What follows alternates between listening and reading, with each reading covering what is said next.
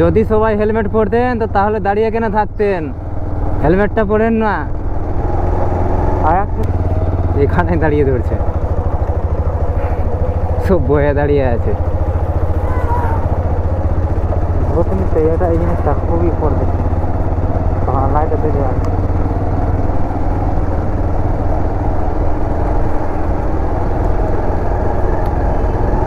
সব এখানে দাঁড়িয়ে আছে, দেখ এখান থেকে হেলমেট এখান থেকে হেলমেট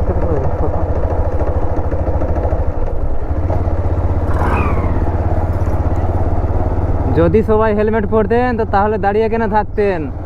হেলমেটটা পরেন না।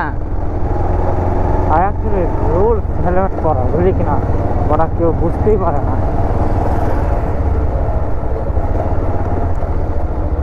ধরছে ধরছে, হেলমেট পরে যান, কিচ্ছু বলবে না।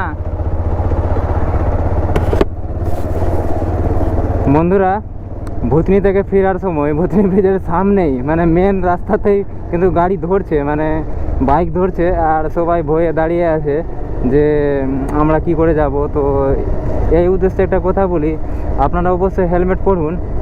আর হেলমেটটা শুধু পুলিশের মানে কি শুধু চালানটা বাঁচানোর জন্য না, আপনার নিজের সেফটির জন্যই হেলমেটটা পরুন। আর হেলমেট পরলে আপনি যদি বাই মিস্টেক অ্যাক্সিডেন্টও হন তাহলে আপনার বাঁচার সম্ভাবনা কিন্তু 90% আরও বেড়ে যায়। তো আর যাদের যাদের ড্রাইভিং লাইসেন্স নাই তারা অবশ্যই চেষ্টা করুন নিজের ড্রাইভিং লাইসেন্সকে বানানোর জন্য। আপনি যত ভালো রাইডার হোক না কেন, যত ভালো ড্রাইভার হোক না কেন, আপনার যদি ড্রাইভিং লাইসেন্স না থাকে তাহলে আপনার কোনো প্রমাণই হয় না যে আপনি একটা ভালো প্রফেশনাল ড্রাইভার আছো। তো তার জন্য একটা মাস্ট আপনার ড্রাইভিং লাইসেন্সটা লাগবেই।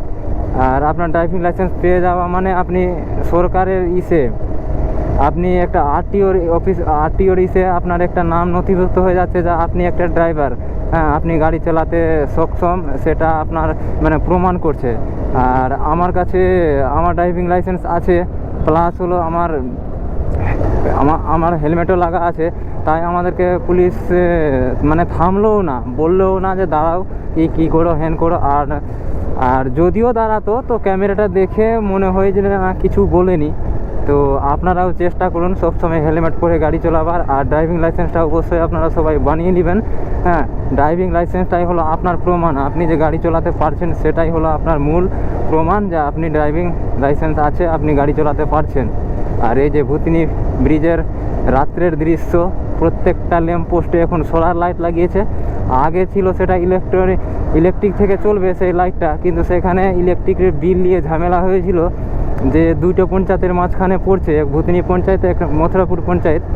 আর দুজনের মধ্যে বিল কে দেবে, ইলেকট্রিকের বিল কে দিবে, এই নিয়ে একটা তর্ক বিতর্ক ঘটেছিল। তো সেটা লাইটটা ভূতনি ব্রিজ যখন চালু হয়, সেতুটা যখন চালু হয় তখন থেকে আর মানে দেওয়া হয়নি লাইটটা।